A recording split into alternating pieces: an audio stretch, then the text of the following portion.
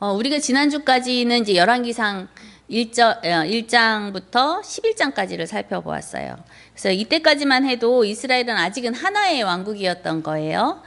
그런데 이제 오늘부터 살펴보게 될 본문에서는 이제 솔로몬이 죽고 나서 그 아들 르호보암이 왕이 되잖아요.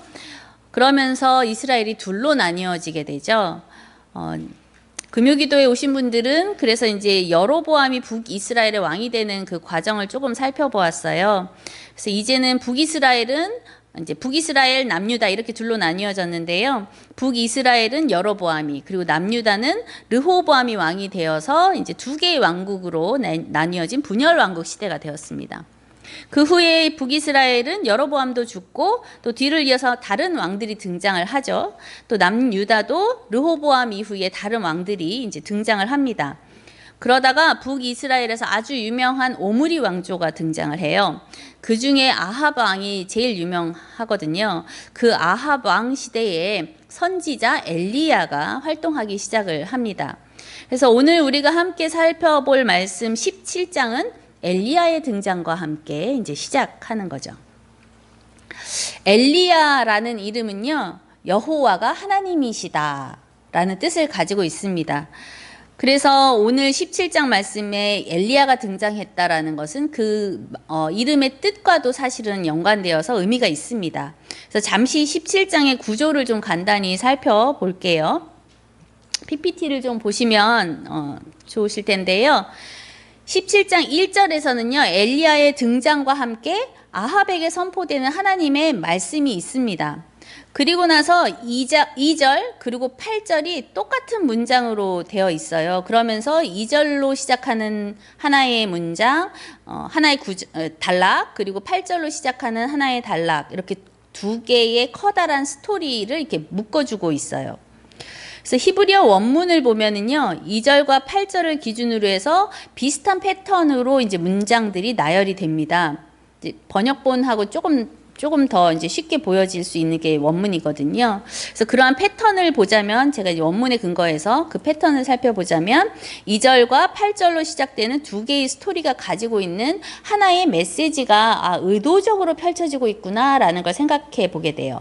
그래서 2절과 8절은 여호와의 말씀이 엘리야에게 임하여 이르시되 입니다. 마이크 자꾸 내려가요. 네, 죄송합니다. 그리고 나서 명령하는 동사들이 등장을 해요. 히브리어 원문에서 보면 3절의 시작인데요. 이제 시작이 동사로 시작되거든요. 그럼 좀 강조되는 거예요. 그래서 3절의 시작이 너는 떠나라 이고요. 이제 이쪽 두 번째 단락에 있는 9절의 시작은 너는 일어나라 입니다. 그리고 나서 엘리야에게 두 단락 모두 똑같은 이제 명령어가 나오는데요. 가라입니다. 가라. 그래서 3절에서는 그릿 시냇가로 가라. 그리고 9절에서는 시돈에 속한 사르밧으로 가라입니다.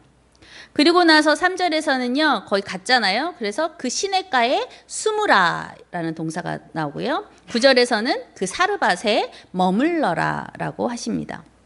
그러면서 이어지는 이제 첫 번째 단락의 4절에서는요, 하나님이 까마귀를 명하여 너를 먹이게 하신다라는 말씀.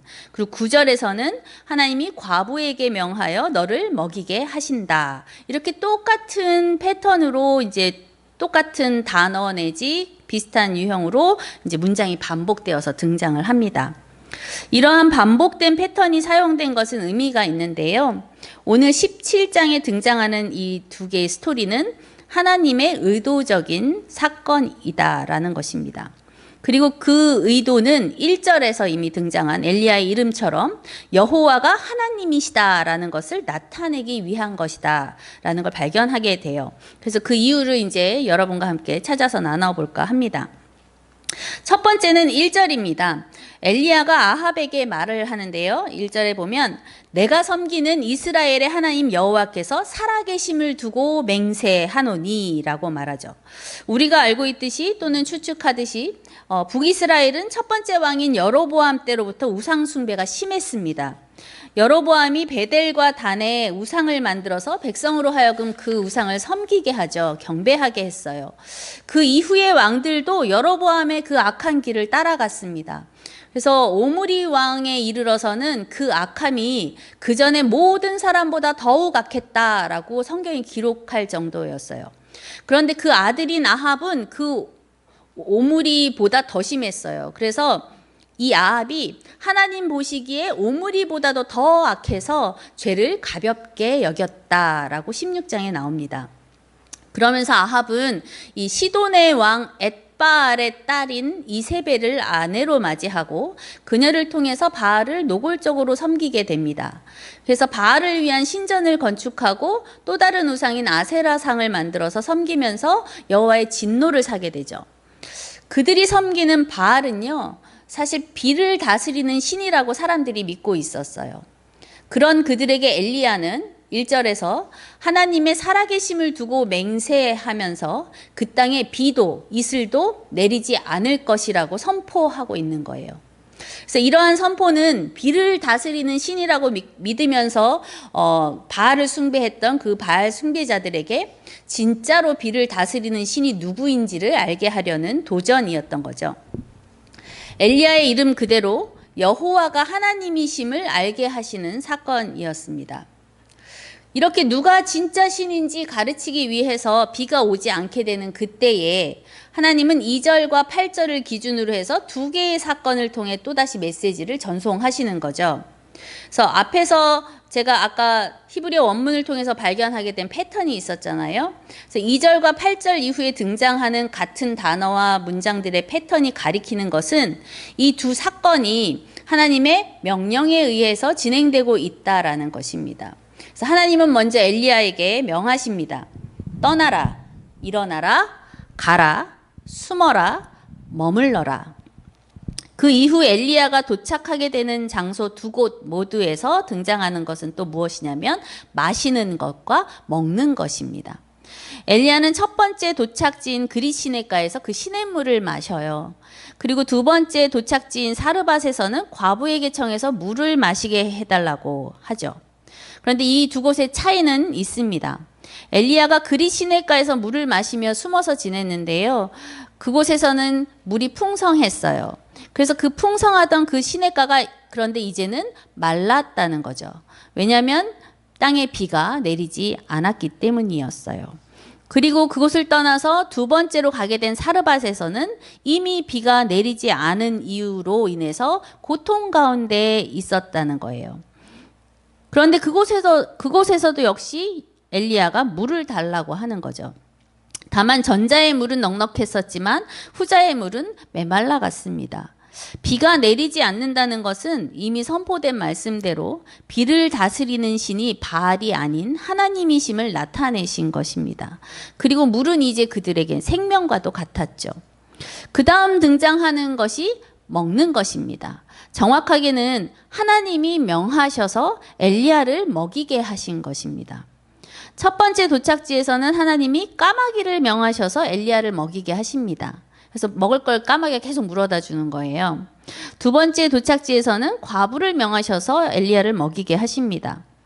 하나님은 광야에서는 이스라엘 백성에게 만나와 메추라기를 보내셔서 그들을 먹이셨죠. 이처럼 하나님에게 먹이는 방법에는 한계가 없습니다. 하나님은 자연을 다스리셔서 비를 내리게도 또는 비가 내리지 않게도 하실 수 있고요. 또 새를 명하셔서 인간 엘리야를 먹이실 수도 있고요. 사람을 통해서도 그렇게 하실 수 있는 온 우주의 주권자이고 통치자라는 것을 알게 하십니다. 엘리야는 이 첫 번째 사건인 까마귀를 통해서 엘리야를 먹이셨던 그 하나님을 경험하게 되었죠. 그리고 하나님의 한계가 없다는 것을 경험합니다. 그 후 계속 마셨던 시내도 마르고 가뭄의 고통은 실질적으로 그 땅 백성들에게 임하고 있었잖아요. 그 생명의 물은 바알이 아닌 하나님으로부터 마실 수 있다는 것을 암시해 줍니다. 첫 번째 사건을 통해서 한계가 없으신 하나님을 경험한 그 엘리야가 이제는 과부에게 그 경험을 나누어 주려고 합니다. 과부는 계속되는 가뭄으로 먹을 것이 없어지고 삶의 희망도 잃어버렸죠. 그래서 남은 음식을 하나뿐인 아들도 하나뿐이에요. 하나뿐인 아들과 나누어 먹고는 죽음을 맞이하려고 준비하고 있었어요. 정말 비참하죠. 그 과부에게 하나님은 믿기도 또 경험하기도 어려운 상황이었던 것 같아요. 엘리야는 그런 과부에게 더 가혹하게도 그 남은 떡을 아들이 아닌 자신에게 먼저 주라고 얘기를 하는 거예요.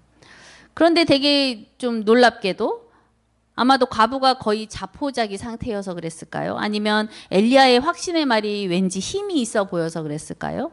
우리가 추측할 뿐이지만 anyway 과부는 엘리야의 말을 따르죠. 그러면서 엘리야가 말한 하나님께는 한계가 없으심을 과부도 경험하게 됩니다. 엘리야의 말대로 떡을 만들 가루와 기름이 그 이후로 떨어지지 않고 계속해서 셋이서 먹을 수 있게 풍성하게 있었다는 거예요. 이제 하나님은 이 두 개의 사건을 통해서 비를 다스리는 신이 바알이 아니라 하나님이심을, 그리고 자연의 한계를 넘어서는 하나님이심을 엘리야에게 그리고 과부에게도 알게 하셨던 거죠. 이렇게 두 개의 스토리가 다 끝난 후에 이제 마지막으로 굵직하게 한 사건을 등장시킵니다. 이제 PPT는 아웃돼도 되고요. 그것은 무엇이냐면 죽음과 삶에 대한 사건입니다. 바로 이 사르밧 과부의 아들이 죽게 되는 거죠. 그러나 엘리야는 그 죽은 아들을 살려주시기를 하나님 앞에 기도했죠. 하나님은 그 기도 소리를 들으시고 그 아들의 숨이 돌아오게 하십니다. 그래서 여기서 우리는 좀 잠깐 숨을 멈추고 질문을 하게 됩니다. 왜 사르밧의 과부에게 엘리야를 보내셨을까요? 왜 사르밧이었을까요? 사르밧은 시돈 땅에 있는 곳이었어요. 앞에서 제가 시돈의 왕 엣바알의 딸인 이세벨이 아합의 아내가 되었다고 말씀을 드렸잖아요. 그리고 이후에 북이스라엘은 바알 숭배의 땅이 되었잖아요. 이세벨의 그 아버지 이름이 엣바알인데요. 이 의미가 뭐냐면 바알과 함께라는 뜻입니다. 그 이름대로 이제 완전히 바알과 동행하는 그들의 그 악함이 하나님의 진노를 샀죠. 하나님은 바로 그 시돈 땅에 엘리야를 보내신 거예요. 바로 시돈이 바알의 본거지였기 때문이죠. 말하자면 적진 한가운데에 엘리야를 보내셔서 그곳에서 삶과 죽음의 사건을 펼치신 거예요. 결국 하나님은 죽음조차도 넘어서시는 분이시고 오히려 삶과 죽음을 통제하시는 주관자이심을 선포하는 거죠. 그러니까 진짜 그 스토리들을 우리가 드라마라고 생각하면서 본다면 정말 드라마틱하고 경이롭고 막 그러한 느낌이 들었어요. 하나님의 사건은 늘 놀라운 것 같습니다. 저는 이러한 커다란 메시지 속에서요, 이제 유독 과부에게 좀 포커싱을 해보았어요. 특별히 그녀의 말과 행동을 놓고 생각을 해봤어요. 이제 한 주간 오늘 본문을 읽으셨을 텐데요. 읽으셨을 거라고 믿습니다. 읽으시면서 고개를 갸우뚱하신 적이 혹시 없으셨나요? 11절에서 보면요, 과부를 만난 엘리야가 과부에게 내 손에 떡 한 조각을 내게로 가져오라 이렇게 말을 해요. 그러자 12절에서 과부가 대답을 합니다.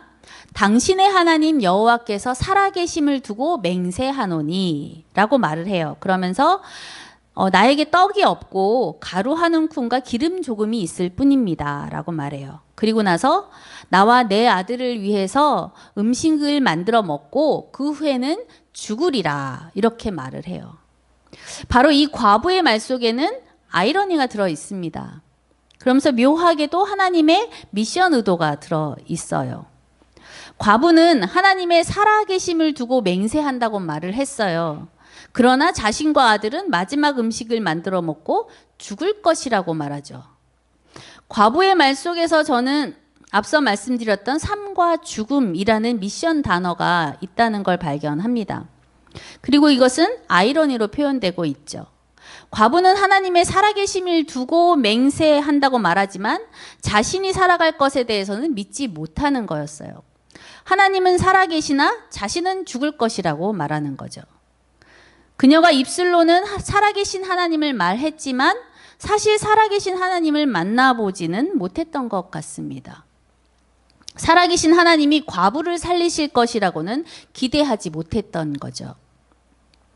그런 그녀에게 엘리야는 두려워 말라고 말해줍니다. 그리고 그녀의 생명을 책임져 주실 하나님의 말씀을 전해주죠. 이미 까마귀를 통해서 자신을 먹이신 하나님을 경험한 엘리야는 그 경험을 통한 믿음을 과부에게도 전해줄 수 있었던 거예요. 그리고 그 힘이 과부로 하여금 엘리야의 말을 순종할 수 있게 이끌었죠.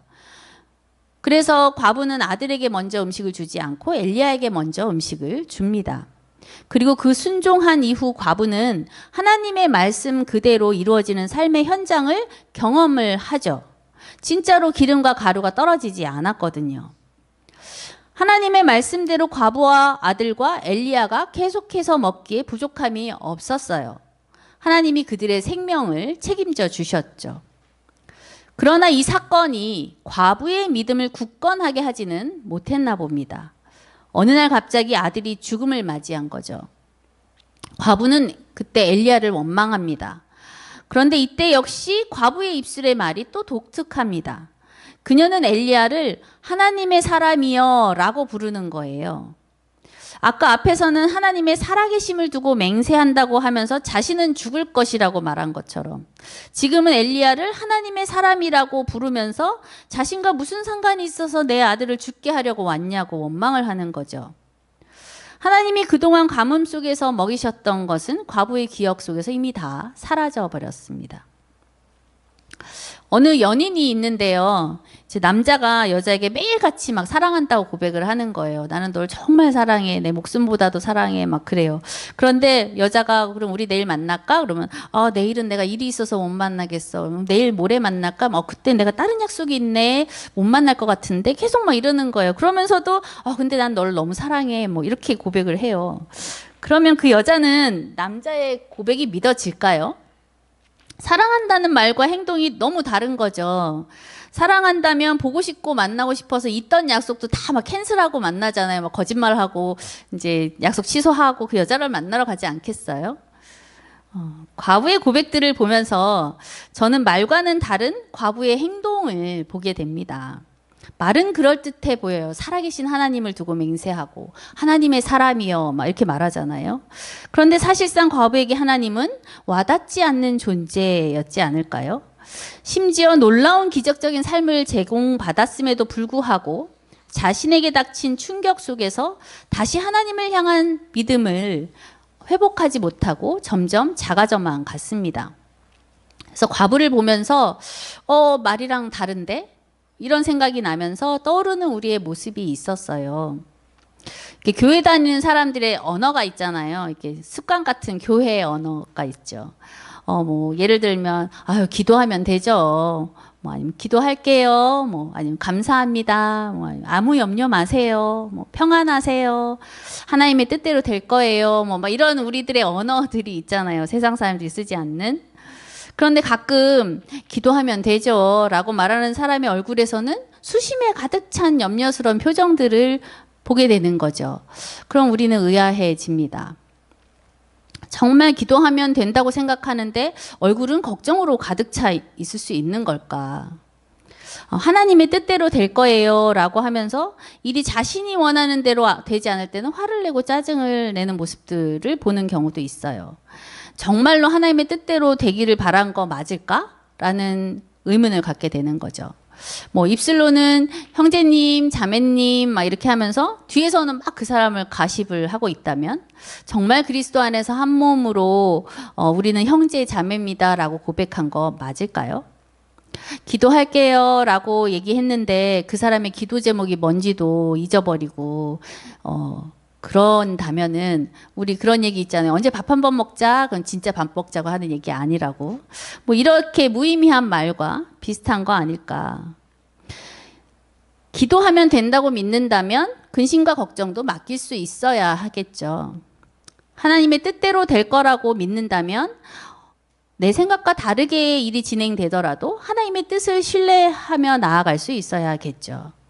형제 자매라고 부른다면 그 사람의 연약함도 품을 수 있어야 하겠죠.